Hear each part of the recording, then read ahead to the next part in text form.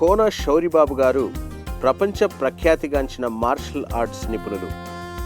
ఈయన kung fu, judo, karate, aikido, జుజుట్సి, baton, యావారా మొదలగు యుద్ధ విద్యలలో 6th డాన్ బ్లాక్ బెల్ట్. ఈయన 28 దేశాల సైనిక కమాండోలకు 12 సంవత్సరాలు శిక్షణ ఇచ్చారు. అమెరికా దేశపు FBI, బ్రిటిష్ దేశపు స్కాట్లాండ్ యార్డ్ యాంటీ టెర్రరిస్ట్ దళాలతో 8 సంవత్సరాలు పనిచేశారు. 22 దేశాల ప్రెసిడెంట్లు, ప్రధానమంత్రులు, సైనిక అధికారులు, షేకులు, సుల్తాన్లు ఈయన ట్రైనింగ్ ప్రోగ్రామ్స్ని అభినందించారు. ఈయన ట్రైనింగ్ ప్రోగ్రామ్స్ పలుమారులు 20 దేశాల టెలివిజన్స్లో లైవ్గా ప్రదర్శించబడ్డాయి. ఈయన ఇండియన్ నేవీ వార్షిప్స్, సబ్మెరైన్స్లో 7 సంవత్సరాలు పనిచేసి ఇండియన్ నేవీ సివిల్ ఎంప్లాయీస్ యూనియన్కు 4 సంవత్సరాలు యూనియన్ లీడర్గా పనిచేసి అనేక మార్పులు తీసుకుని వచ్చారు. ఈయన 1,70,00,000 మంది క్యాథలిక్కులు గల ఆల్ ఇండియా క్యాథలిక్ యూనియన్కు సెక్రటరీగా కూడా పనిచేశారు.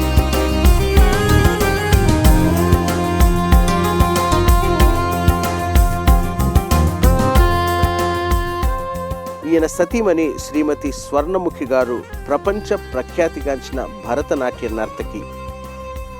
52 దేశాలలో భారతదేశ కీర్తిని ఇనుమడింపజేశారు. ఈమె తమిళనాడులోని ప్రసిద్ధిగాంచిన ప్రముఖ సినీ కళాకారుల కుటుంబానికి చెందినవారు. ఈమె హిందీ, తమిళ్, కన్నడ, తెలుగు, మలయాళం సినిమాలో చేసిన పాము, నెమలి నృత్యాలు గగురుపాటును కల్పిస్తాయి. వీరిద్దరూ తమ జీవితాలను యేసు ప్రభువుకి అంకితం చేసుకొని ప్రపంచమంతటా సువార్తను ప్రకటించుతున్నారు. శ్రీ శౌరిబాబు గారు పరిశుద్ధ గ్రంథ మర్మాలను చారిత్రాత్మక ఆధారాలతోనూ, భూగర్భ శాస్త్ర అంశాలతోనూ, శాస్త్రీయ రుజువులతోనూ నిరూపిస్తారు. ఈయన ఇజ్రాయేలు దేశపు సహృదయ రాయబారిగా నియమింపబడి గత 27 సంవత్సరాలుగా బైబిల్ గ్రంథ చారిత్రక దేశాలలో పరిశోధనల నిమిత్తమై పర్యటిస్తుంది. హల్లెలూయా. ప్రేమైన సహోదరి సహోదరులారా, గడిచిన వర్తమానములో మనము జూదులు రోమన్లకు వ్యతిరేకంగా ఎలా తిరగబడుతున్నారో అన్న విషయాలు చూచాం. యెరూషలేము యొక్క నాశనము కోసము మన ప్రభు అయిన యేసుక్రీస్తు తన 3.5 సంవత్సరాల పరిచర్యలో అనేక సార్లు ఈ యెరూషలేము యొక్క దేవాలయం యొక్క నాశనం కోసము, పట్టణం యొక్క నాశనం కోసము చెప్పడం మనమున్నాం. ముఖ్యంగా మనము మత్తయి సువార్త 24వ అధ్యాయము 1-2 వచనాలు చూచినట్టయితే మన ప్రభు అయిన యేసుక్రీస్తు తన శిష్యులతో యెరూషలేము పట్టణానికి వచ్చినప్పుడు, ఆ దేవాలయం ప్రాంతంలో ఆయన ప్రవేశించినప్పుడు శిష్యులు చూచి ఆశ్చర్యపడిపోయి మన ప్రభువును పిలిచి చెప్తారు, ప్రభువా, ఈ కట్టడము, ఈ రాళ్ళు ఎంత అందంగా, సుందరంగా, ఎంత బ్రహ్మాండంగా ఉన్నాయో చూడు ప్రభువా అంటారు. అంటే మన ప్రభువు వారిని చూచి, ఈ కట్టడాల్ని, ఈ రాళ్లను మీరు చూస్తున్నారే, ఇవి రాతి మీద రాయి నిలవకుండా పడద్రోయబడే కాలం వస్తుందని చెప్పి మన ప్రభువు ప్రవచనము చెప్తారు. ప్రేమైన సహోదరి సహోదరులారా, ఇప్పుడు కానీ ఎవరినైనా మన ఆంధ్రా నుంచి ఒక విలేజ్లో నుంచి తీసుకెళ్ళి న్యూయార్క్ మ్యాన్హాటన్ దగ్గర వదిలేస్తే ఆ బిల్డింగ్స్ని చూసి షాక్ అయిపోతాడు. ఇలాగ చూసి నడాల. అలానే దుబాయ్లోన బార్జల్ ఖలీఫా అని ప్రపంచానికి అతిపెద్ద బిల్డింగ్, అది 150 అంతస్తులు ఎత్తది. అక్కడికి తీసుకువెళ్ళి చూపిస్తే షాక్ అయిపోతాం. అక్కడ ఎవరైనా ఈ బిల్డింగ్ పడిపోద్ది అని ఒక మాట అంటే అక్కడ దుబాయ్ పోలీసులు తీసుకెళ్ళి జైలు వేసేస్తారు. ఇక్కడ యేసు ప్రభు అన్న మాటలు శిష్యులకి అందరికీ కూడా ఆశ్చర్యం కలిగించాయి. కారణం ఏంటంటే ఆ రోజుల్లో సొలొమోను వేసిన పునాదులు ఎలాంటి అంటే, ఒక్కొక్క మార్బుల్ బ్లాక్ 40 అడుగుల పొడుగు, 18 అడుగుల వెడల్పు, 12 అడుగుల ఎత్తు, 100 టన్నులకు మీదనున్న ఒక్కొక్క బ్లాకు. అలాంటి బ్లాక్స్, అలాగే హేరోదు కూడా అలాంటి సైజు బ్లాకులతోటి ఈ దేవాలయాన్ని నిర్మించాడండి. మనం ఈరోజు యెరూషలేములో వేలింగ్ వాల్ దగ్గరికి వెళ్ళినప్పుడు అక్కడ ఏడ్పుల గోడ అంటారు, అదొక్కటే హేరోదు కట్టిన దేవాలయం యొక్క ఆ 2వ టెంపుల్, సెకండ్ టెంపుల్, ఆ వాల్ ఒకటే ఉంటుంది. అక్కడే యూదులు ప్రార్థన చేస్తారు ఏడ్చుకొని. అక్కడ రాబిన్సన్ ఆర్చ్ అని ఉంటుంది. ఆ రాబిన్సన్ అయినా అమెరికన్ ఆర్కియాలజిస్టు కనుగొన్నది. ఆ లోనకి వెళ్తే ఇజ్రాయేలీ ప్రభుత్వం గ్లాస్లోన అవి పెట్టి మనకు చూపిస్తుంది. ఎందుకంటే ఆ ఫౌండేషన్ సుమారు 70 అడుగుల లోతుకు వెళ్తుంది. ఆ టన్నల్లో నుంచి మనము చూడవచ్చు. ఆ ఆర్చ్కి వేసిన హ్యూజ్ బ్లాకులు చూసి మనకు మతిపోతాం. ఇలాంటి బ్లాకులతో కట్టబడిన ఆ యెరూషలేము దేవాలయము రాతి మీద రాయి నిలబడకుండా పడిపోతుందని మన ప్రభువు చెప్తున్న ప్రవచనం అందరికీ ఆశ్చర్యమేస్తుంది. అయితే అక్షరాల అది నెరవేరిపోయింది. యూదులు ఎప్పుడైతే పన్నులు కట్టడం మానేశారో నీరో అప్పుడు రోమ్లో చక్రవర్తిగా ఉంటాడు. అప్పుడు నీరో వెస్పాసియాన్ అనే తన జనరల్ని పంపిస్తాడు. వెస్పాసియాన్ సుమారు 60,000 సైన్యముతో వస్తాడు. తరువాత సెల్సియస్ గ్లాయియస్ అనే చెప్పి సిరియాలో ఉన్న లిగెట్ దగ్గర సుమారు 23,000 మంది సైన్యం ఉంటుంది. ఆ సైన్యంతోటి యెరూషలేము ప్రాంతానికి ఆ గాయస్సు వస్తాడు జనరల్. ఆ వచ్చినప్పుడు యూదులు ఏమంటే చేస్తారు, వారిని అడ్డగించి మెల్లిక వాడి బెన్యాన్ అనే ఒక ప్రాంతంలోన వారిని పట్టుకొని 6,000 మంది రోమన్ సైనికులను నిర్దాక్షిణ్యంగా చంపేస్తారు ఈ జూదులు. దానితో వెస్పాసియానికి నీరో చెప్తాడు ఎలాగైనా యెరూషలేమును ముట్టడి వేయమని. అయితే వెస్పాసియాను తన సైన్యముతోటి ఇప్పుడు సుమారు వెస్పాసియాని దగ్గర 80,000 మంది సైనికులు ఉన్నారు. వీరందరితో కూడా ప్రవేశించి యెరూషలేములో ప్రవేశించక ముందు సిజారియాలోన అలాగే సెపోరి ఇలాంటి గలిలయలో ఉన్న ప్రాంతాలన్నింటిలో కూడా విలేజ్ల మీద పడి పట్టణాల్లో పడి ధ్వంసం చేసేస్తారు రోమన్లు. మొదట దీనికి ముఖ్య కారణం ఏంటంటే జూదులు రోమన్లకి ట్యాక్సెస్ పే చేయడం మానేస్తారు. అంతేకాకుండా ఎలియాజార్ బెన్ యోహన్నాన్ అనే ఒక యాజకుడు కొడుకు ఏమంటే చేస్తాడు, అన్యుల కోసం యెరూషలేములో అర్పణలు అర్పించకూడదని స్టాప్ చేసేస్తాడు. అంటే జూదులు కానివారు కూడా యెరూషలేము దేవాలయంకి వచ్చి అర్పణలు మరొకరి కోసం అర్పించేవారు. అలాంటివి ఆపిగానే అంటే ప్రతిరోజు సీజర్ కోసం అర్పణలు అర్పించేవారు అక్కడ, అది స్టాప్ చేయించేస్తాడు. అలానే ట్యాక్స్ పే చేయడం మానించేస్తారు. అంతేకాకుండా సిజారియాలోన ఎక్కడైతే రోమన్ క్యాపిటల్ సిజారియా రోమన్లో అక్కడే ఉండేవారు గవర్నర్సు 20,000 మంది జూదులని రోమన్లు గ్రీకులు కలిపి నిర్దాక్షిణ్యంగా మర్డర్ చేసేస్తారు. అది ఆ సమాచారం యెరూషలేములో తెలియగానే పెద్ద అప్రోరు రాయిటింగు లెగిచిపోతుంది. అప్పుడే జూయిష్ చరిత్రకారుడు యోసెఫాస్, ఫ్లావియస్ యోసెఫాస్, అతని ఒరిజినల్ పేరు జోసెఫస్ మతాయ్, ఆయన రోమ్లో చదువుకున్నవాడు, రోమన్లకు బాగా నిలవైనవాడు. అయితే అతడు గలిలయలో గవర్నర్గా ఉన్నప్పుడు అతను కూడా తిరుగుబడిదాలతో కలిసి రోమ్ మీద తిరగబడతాడు. అయితే ఈ రోమన్లు ఆ సెపోరి గలలే ఈ ప్రాంతాలన్నీ కూడా నజరేతు ఈ ప్రాంతాలన్నీ కూడా నాశనము చేసి ఈ జోసెఫాస్ని బందీగా పట్టుకున్నప్పుడు జోసెఫాస్ని సిజారియాకి తీసుకొని వచ్చినప్పుడు వెస్పాసియాని ముందు ఒక ప్రవచనం చెప్తాడు.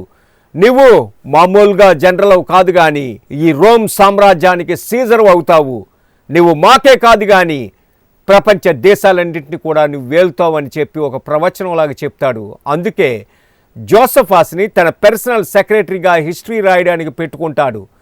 ఫ్లావియస్ అనే పేరు మార్చుకొని అప్పటి నుంచి కూడా అతను రాసిన చరిత్ర గ్రంథాలు ఇప్పటికి కూడా మనకి ఆధారము ఏం జరిగిందని జూదుల కోసం తెలుసుకోవడానికి. ప్రేమైన సహోదరి సహోదరులారా, జూదుల్లోన మ్యాన్హెమ్ అనే ఒక నాయకుడు, జలోతుల నాయకుడు తిరగబడి యెరూషలేముకి 23,000 మందితో వచ్చి ఆక్యుపై చేసుకుంటాడు. అలానే ఇక్కడ జూదుల్లో కూడా గిష్కాల్ జ్వానేస్ అనే యోహన్నాన్ గిష్కాల్ అనేవాడు కూడా టెంపుల్ని క్యాప్చర్ చేయడానికి వాడి గ్రూపు 8,500 మందితో వాడు టెంపుల్ని క్యాప్చర్ చేస్తాడు. ఈ సమయంలో ఎప్పుడైతే వెస్పాసియాను సైన్యంతో రావడానికి క్యాప్చర్ చేయడానికి ఉన్నాడో అక్కడ నీరో ఆత్మహత్య చేసుకుంటాడు. నీరో ఆత్మహత్య చేసుకోగానే గిల్బో, తర్వాత ఓటో, తర్వాత వెట్టులియాస్ అనే ముగ్గురు విత్ ఇన్ 1 or 2 yearsలో అందరూ రకరకాల కారణాల వల్ల మరణిస్తారు. ఒక ఆయన ఆత్మహత్య చేసుకుంటాడు, ఒక ఆయన జర్మన్స్తో యుద్ధంలో ఓడిపోతాడు, ఒకడు చంపబడతాడు. ఇలాగా ఎప్పుడైతే అయిందో వెస్పాసియానికి తెలుసు ఇంకా మంచి ఛాన్సు రోమ్లో నేను సీజర్ కింద అవడానికని చెప్పి వెంటనే రోమ్ వెళ్తాడు. అయితే ఇక్కడ జోసెఫాసు చెప్పిన ప్రవచనం ప్రకారము వెస్పాసియాను రోమన్ సామ్రాజ్యానికి అధిపతిగా అవుతాడు. అయిన వెంటనే ఏంటంటే చేస్తాడు, తన కుమారుడు టైటస్ ఈజిప్ట్లో ఉంటాడు. టైటస్ని పంపించి యెరూషలేముని చుట్టుముట్టమని చెప్తాడు. టైటస్ మొత్తము 80,000 మంది సైనికులతో యెరూషలేముని చుట్టుముట్టడానికి మౌంట్ స్కోపస్ దగ్గర, అలాగే యెరూషలేము అవతల ఉన్న దమాస్కస్ రోడ్లోన ఆ ప్రాంతంలోన, అలాగే ఒలీవల కొండ మీద యెరికోలోన ఈ సైన్యాన్ని మొత్తం అంతా ఉంచి యెరూషలేముకి 9 నెలలు చుట్టుముట్టేస్తాడు.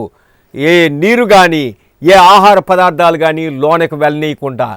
ప్రేమైన సహోదరి సహోదరులారా, నవంబర్ 13వ తారీఖున క్రీస్తు శకం 69వ సంవత్సరాన టైటస్ 80,000 మంది రోమన్ సైనికులతో, ముఖ్యంగా 11th లీజియను, 3rd లీజియను, 10th లీజియను మహా బ్యాటిల్ యుద్ధాల్లో ఆరితేరిన సైన్యం ఇది 10th లీజియన్ అదిని. వీళ్ళందరితో కూడా యెరూషలేముని చుట్టుముట్టేస్తారు. అప్పుడు యెరూషలేములో పట్టణములో ఉన్న జనాభా సుమారు 12 లక్షల మంది. ఆ మొత్తము యెరూషలేము పట్టణం అంతా జనాభా సుమారు 35 లక్షల మంది. ఇలాంటి ప్రాంతంలోనే ఎప్పుడైతే చుట్టుముట్టేసి నీరు ఆహారాన్ని లోనగా పంపించలేదో కొన్ని వారాల్లోన ప్రజలు భయంకరంగా చచ్చిపోవడం మొదలుపెట్టారు. తిండి లేక, ఆహారం లేక, నీరు లేక చచ్చిపోతుంటారు. ఈలోపు గిష్కాల్కి మెనహెమ్ గ్రూపులకి 2 గ్రూపులకి అంటే జలోతులు మ్యాన్హెమ్ వీళ్ళేంటంటే రోమన్లతో ఫైట్ చేయడానికి ఈ గిష్కాల్ యోహన్నాన్ అన్నవాడు, జానెస్ గిష్కాల్ అన్నవాడు వీడు టెంపుల్ని కాపాడడానికి. అయితే వీళ్ళు ఈ 2 పార్టీలకి ఒకరికొకరికి అంతర్జం మొదలుపెట్టింది. ఇక్కడ కూడా మన దేశంలో కూడా పొలిటికల్ పార్టీలు ఒకరికొకరు పడక, అలాగే కాంగ్రెస్, తెలుగుదేశం, అలాగే డిఎంకే, ఏఐడిఎంకే ఇలాంటి పార్టీలు చంపుకుంటారు పొలిటికల్ పార్టీస్ రైవల్స్ తోటి. అలాగా ఈ 2 పార్టీలు కూడా చంపుకోవడం మొదలుపెట్టారు. వీరి వల్ల అనేక మంది మరణించడం వల్ల పాతిపెట్టడానికి లేక ఆ శవాలు రోడ్ల మీద కుళ్ళిపోయి మహా దుర్గంధంతో ఆ జబ్బులు, డిసీజెస్ స్ప్రెడ్ అయిపోతుండేవి. అయితే లోన జనాలు తాళలేక, ఆ బాధలు భరించలేక ఏమంటే చేసేవారు, గోడలు ఎక్కి యెరూషలేము యొక్క గోడలు సుమారు 35 అడుగుల ఎత్తు ఆ గోడలు ఎత్తి గెంతీసి పారిపోదాం అనుకుంటారు. అయితే టైటస్ ఏమంటే చేస్తాడు, గోడల చుట్టూ మరొక 30 అడుగుల లోతు కందకాన్ని తవ్వుతాడు. అంటే ఎవడైనా గెంతితే 65 అడుగుల లోతుకు పడిపోతాడు, కాళ్ళు చేతులు విరిగిపోతాయి. కొంతమంది అక్కడికక్కడే చచ్చిపోతుండేవారు. ఈ రోమన్లు చచ్చిపోతున్న వాళ్ళని అలాగ వదిలేసి ఎవరైతే కాళ్ళు చేతులు విరిగిపోయి బతుకున్నాడో వాడిని తీసుకొచ్చి గోడల మీద సిలువేసేసేవారు. అది చూసి లోనున్న ప్రజలు జడిసిపోతుండేవారు. అంతేకాకుండా ముఖ్యంగా రోమన్ సైనికులందరూ కూడా ఈ అరబ్ దేశాల నుంచి, సిరియా, ఇరాకు ఇలాంటి దేశాల నుంచి జాయిన్ అయిన వ్యక్తులు, టర్కీ ఇలాంటి దేశాల నుంచి వీరేంటంటే చేసేవారు, ఎవరైతే జూదులు పారిపోతుంటారో ఈ యెరూషలేము గేట్లలో నుంచి వారిని పట్టుకొని పొట్టలు కోసేసేవారు. ఎందుకంటే బంగారం అది మింగేసి పారిపోతున్నారేమో అని ఆ పొట్టల్ని ఇచ్చేయడానికి. ఇలాగా ఒకే రాత్రిలోన సుమారు 1,20,000 శవాల్ని ఆ యెరూషలేము డంగ గేటు, ఇప్పుడు ఆ డంగ గేట్లో నుంచే మనం వేలింగ్ వాల్కి వెళ్ళాలి, ఆ గేట్లో నుంచి శవాల్ని పైకి పారేస్తారు.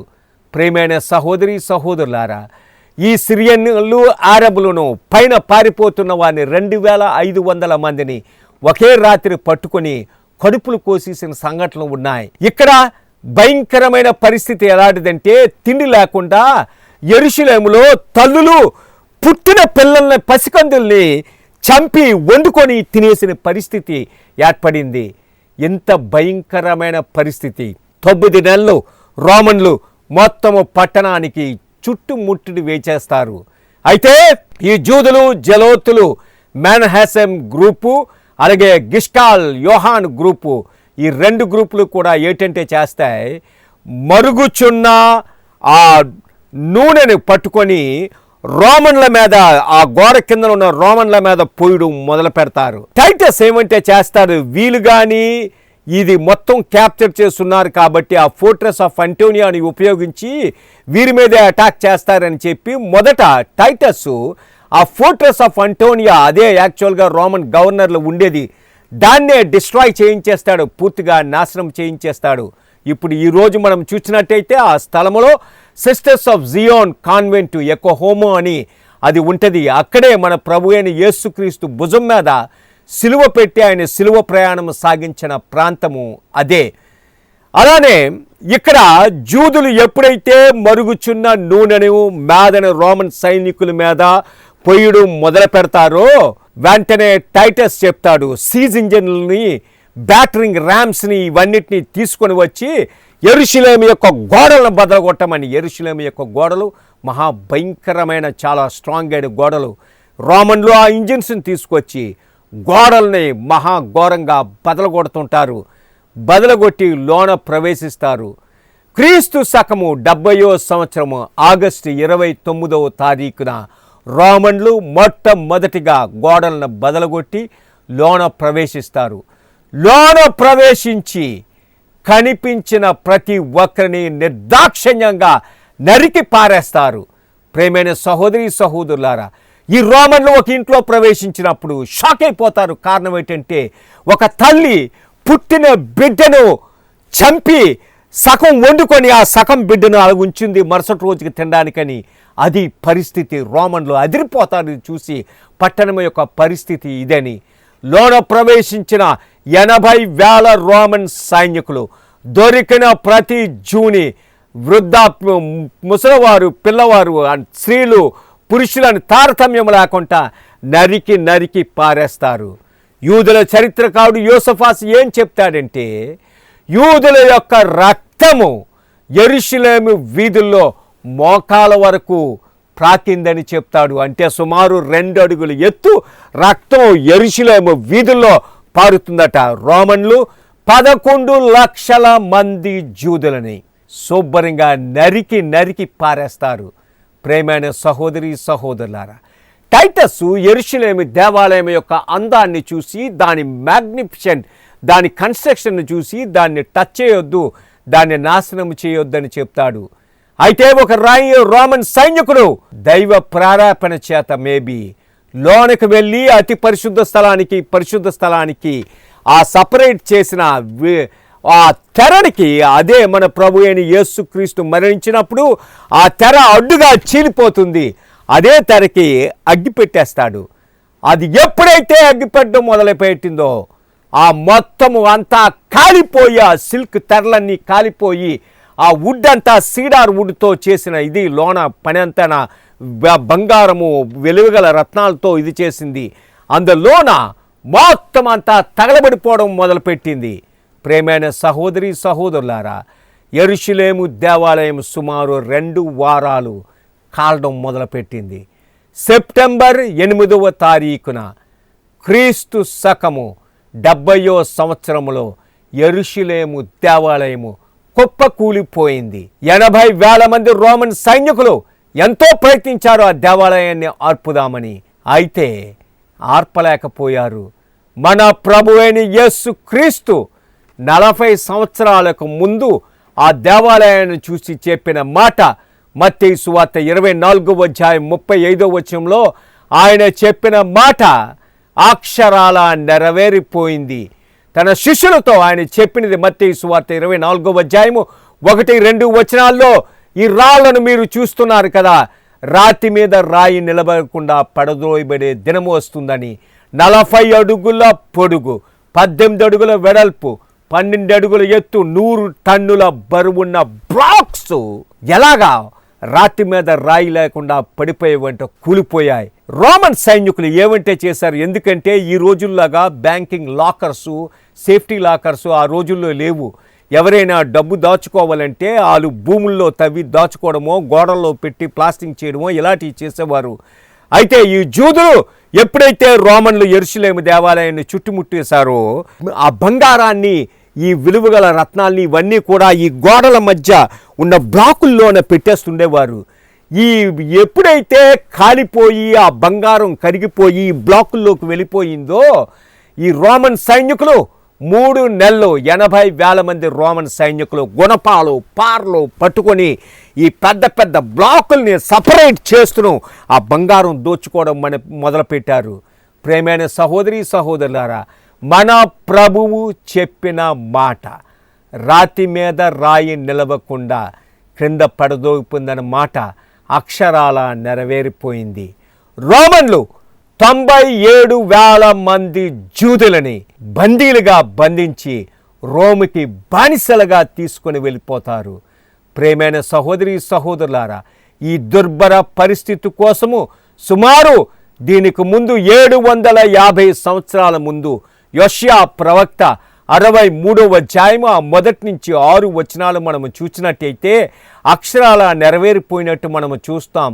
ఈ బొస్రా నుంచి వచ్చుచున్న ఇతడెవడు? ఇతడి వస్త్రము డాగులుగా ఉన్నదేమి? ఒంటరిగా ద్రాక్ష గానుగను తొక్కితిని, నా పగ తీర్చుకునే దినము నాకు వచ్చింది.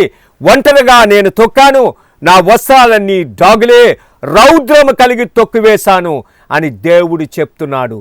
అంతేకాకుండా యోషియా 1వ అధ్యాయము 19, 20 వచనాలు మనము చూసినట్టయితే మన ప్రభువు చెప్పినది ఏంటంటే, మీరు సమ్మతించి నా మాట వినేలా భూమి యొక్క మంచి పదార్థాన్ని మీరు అనుభవిస్తారు.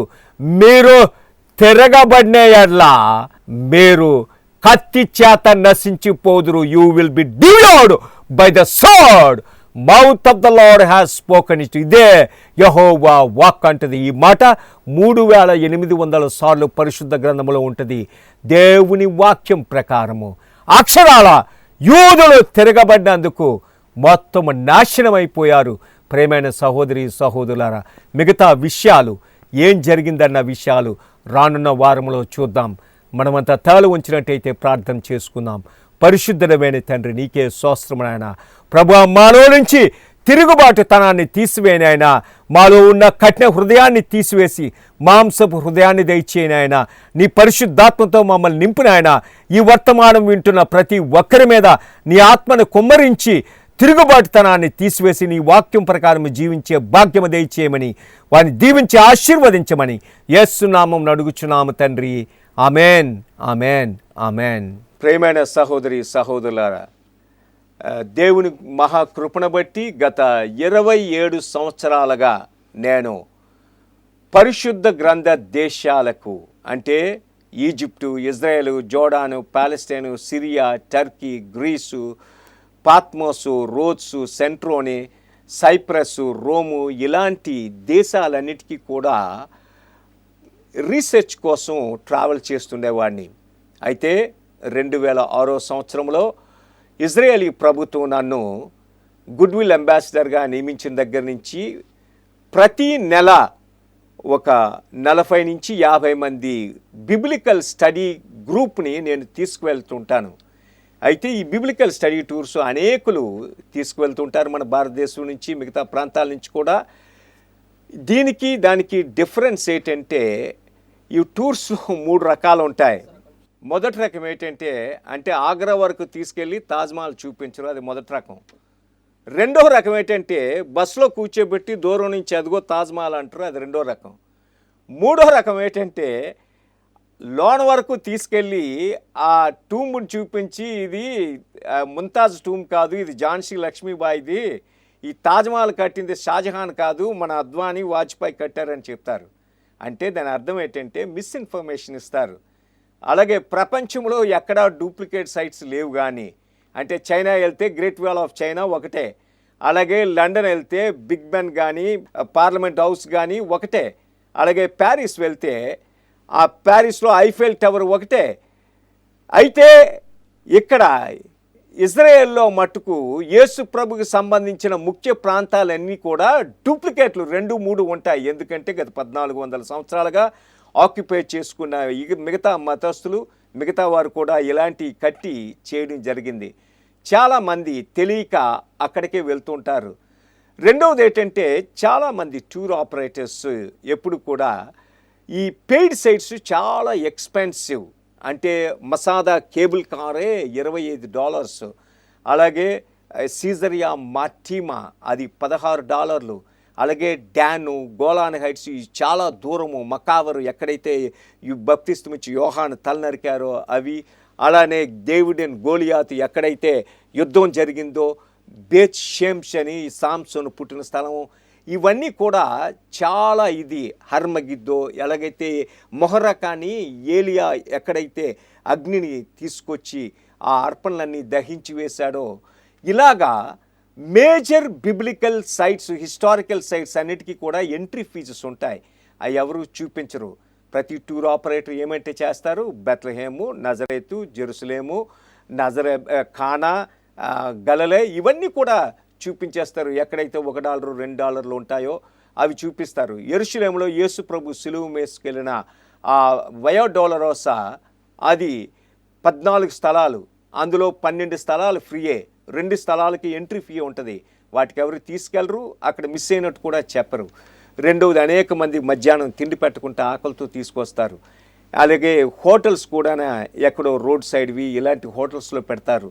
ఇలాంటివన్నీ చూసి నేనే అలాగా 22 సంవత్సరాలు సఫర్ అయ్యి, నేను దేవుని కృప వల్ల ఇప్పుడు అన్నీ కూడా best of the 165 major biblical, historical, archaeological places తోటి నేనే దగ్గరుండి టీచ్ చేసి, బ్యాక్గ్రౌండ్ హిస్టరీస్ తోటి, ఆర్కియలాజికల్ ఎవిడెన్సెస్ తోటి, సైంటిఫిక్ డేటాస్ తోటి, థియలాజికల్ ట్రూత్స్ తోటి ఎక్స్ప్లెయిన్ చేసి it's a great spiritual journey కింద తీసుకువచ్చి జోర్డాన్ రివర్లో బాప్టిజం అది ఇచ్చి ఇవన్నీ చేసి తీసుకొని వస్తాను. ఎవ్రీ మంత్ ప్రతి నెల కూడా ఈ బిబ్లికల్ స్టడీ టూర్స్కి వెళ్ళడం జరుగుతుంది.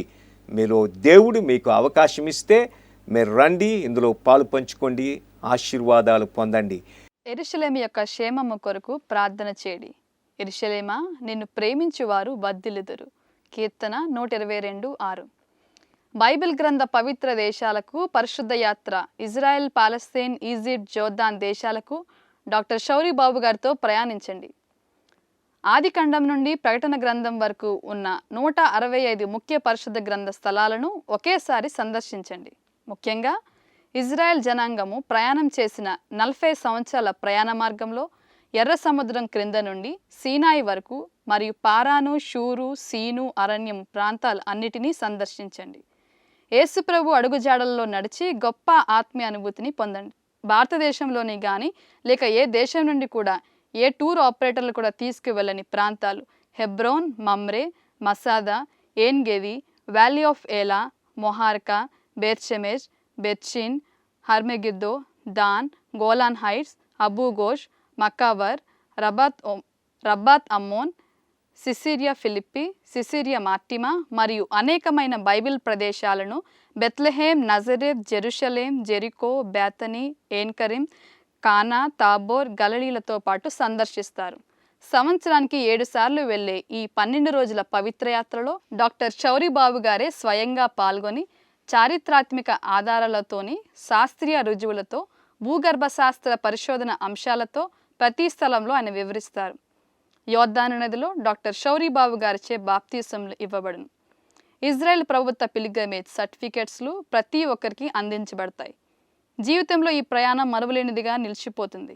ఇందులో అన్ని రకాల సౌకర్యాలతో పాటు 5 స్టార్, 4 స్టార్, 3 స్టార్ హోటల్స్లో బఫే, బ్రేక్ఫాస్ట్, లంచ్ అండ్ డిన్నర్లు, గలిలయ సముద్ర పడవ ప్రయాణం, నైలు నది షిప్లో డిన్నర్ మరియు సాంస్కృతిక కార్యక్రమాలు, అలాగే మసాదా కేబుల్ కార్లు అన్నీ ఇందులో సమకూర్చబడతాయి.